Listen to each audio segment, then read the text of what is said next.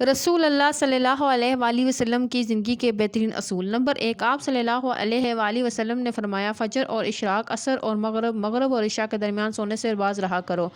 اس میں بہت ساری راز پوشیدہ ہیں۔ فجر اور عشاء کے درمیان آکسیجن کی مقدار سب سے زیادہ ہوتی ہے۔ اگر ہم اس وقت سو جائیں تو ہم ان سے محروم ہو جاتے ہیں اور بہت سی بیماری میں مبتلا ہو جاتے ہیں اور طبیعت میں بوجھل پن آ جاتا ہے۔ ہم 10 مہلک بیماریوں میں مبتلا ہوتے ہیں، دمہ ان بیماریوں میں سے ایک ہے۔ نمبر 2، آپ صلی اللہ علیہ وآلہ وسلم نے فرمایا، بدبودار اور گندے لوگوں کے ساتھ نہ بیٹھا کرو۔ بدبو انسان کو ڈپریس کرتی ہے، جبکہ خوشبو ہمارے توانائی میں اضافے کا باعث بنتی ہے۔ یہی وجہ ہے کہ صفائی کو نصف ایمان کہا گیا ہے۔ نمبر 3، آپ صلی اللہ علیہ وآلہ وسلم نے فرمایا، ان لوگوں کے درمیان نہ سوئیں جو سونے سے قبل بری باتیں کرتے ہیں۔ ہماری اخلاقی گفتگو ہمارے خوابوں کا موضوع ہوتی ہے۔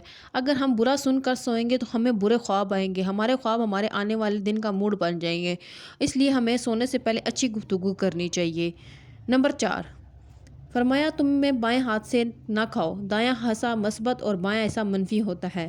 ہم اپنے جب جسم کو دائیں ہاتھ سے فیڈ کرتے ہیں تو ہمارے مثبت سوچ مضبوط ہوتی ہے، اور جب ہم بدن کو بائیں ہاتھ سے ملا کھاتے ہیں تو ہماری منفی سوچ کی طاقتور ہوتی چلی جاتی ہے اور ہمارے دماغ میں کئی طرح کی منفی سوچیں چلی جاتی ہیں۔ اس لیے کہا گیا ہے کہ دائیں ہاتھ سے کھانا سنت ہے۔ نمبر 5، فرمایا، منہ سے کھانا نکال کر نہ کھاؤ۔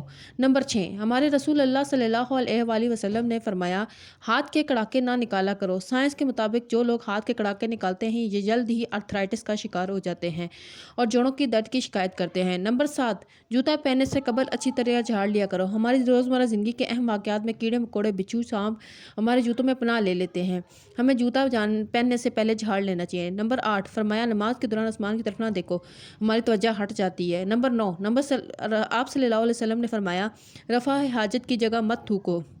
یہ حکم اپنے اندر 2 حکمت رکھتا ہے۔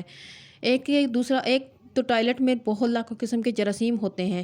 جب ہم تھوکنے کے لیے منہ کھولتے ہیں تو یہ جراثیم ہمارے منہ میں پہنچ جاتے ہیں، معدے اور پھیپھڑوں میں پہنچ جاتے ہیں اور یہ ہمیں بیمار کر دیتے ہیں۔ نمبر 10، آپ صلی اللہ علیہ وآلہ وسلم نے فرمایا، لکڑی کے کوئلے سے دانت نہ صاف کرو۔